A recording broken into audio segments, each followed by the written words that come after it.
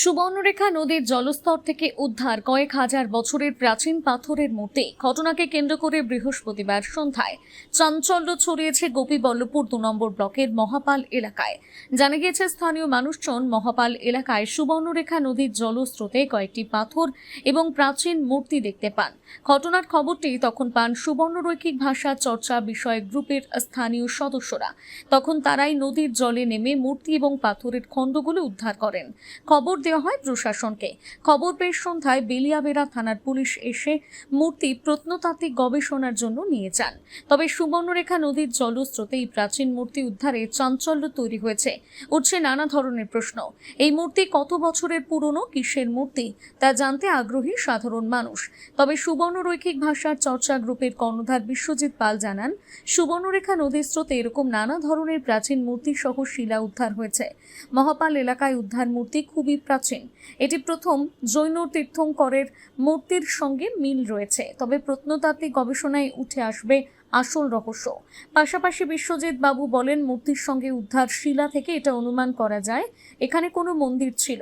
খনন কার্য চালিয়ে সঠিক গবেষণা হলে হয়তো নতুন কোনো রহস্যের উন্মোচন ঘটবে।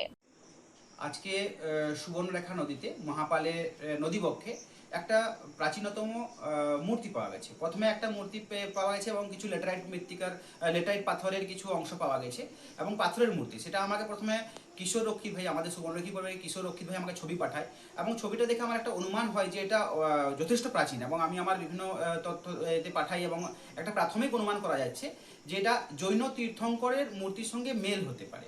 এটা প্রাথমিক ধারণা। তো পরবর্তীকালে প্রত্নতাত্ত্বিকবিদদের গবেষণার ক্ষেত্রে আসল সত্যতা উঠে আসবে। আর আমাদের সুবর্ণরেখা নদী এবং তার আববাহিকা বিভিন্ন ধর্ম সঙ্গে যুক্ত, বিভিন্ন ঐকান্তিক ধর্মের সঙ্গে যুক্ত। যেমন আমরা মোগলমারির এখানে সন্ধান হয়েছে বৌদ্ধ ধর্মের ক্ষেত্রে, শ্রীপাঠ গোপীবল্লভপুর আমাদের এখানে আছে, আর তেমনি এখানে মহাপালের কাছেই পীরথান আছে। সেক্ষেত্রে যদি জৈন ধর্মের সঙ্গে কোনো প্রকারের মেল হয় এই মূর্তির, তাহলে কিন্তু আমাদের সুবর্ণরেখা নদী অববাহিকার এক নতুন দিগন্ত খুলবে।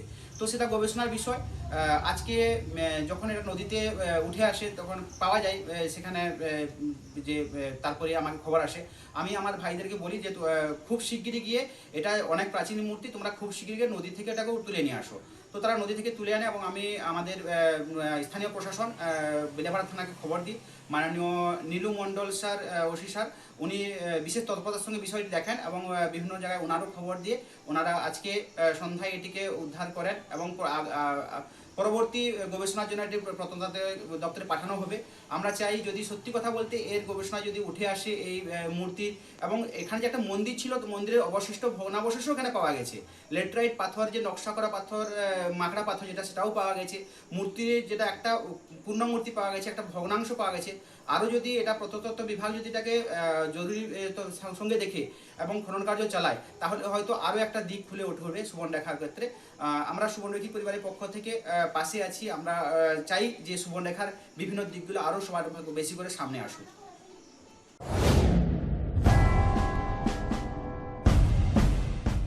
অবাঞ্ছিত লোডশেডিং ও বর্ধিত ইলেকট্রিক বিলের সমস্যায় ভুগছেন? আমরা রয়েছি আপনাদের পাশে। ভারতবর্ষের ১ নম্বর প্রযুক্তির কোম্পানি টাটা পাওয়ার সোলার এবং ইউটিএল সোলারের সঙ্গে আমরা কমিয়ে দিতে পারি ৯০% পর্যন্ত আপনার ইলেকট্রিসিটি বিল। পাবেন সরকারি ভর্তুকি বা বিনা ভর্তুকিতে অফ গ্রিড, অন গ্রিড বা হাইব্রিড সোলার সিস্টেম। রয়েছে আকর্ষণীয় ফাইন্যান্সের ব্যবস্থা। দেরি না করে আজই যোগাযোগ করুন ইউটিএল কোম্পানির পশ্চিম মেদিনীপুরের অথরাইজড ডিস্ট্রিবিউটর অপটিনেট সোলার সলিউশনস এর সঙ্গে।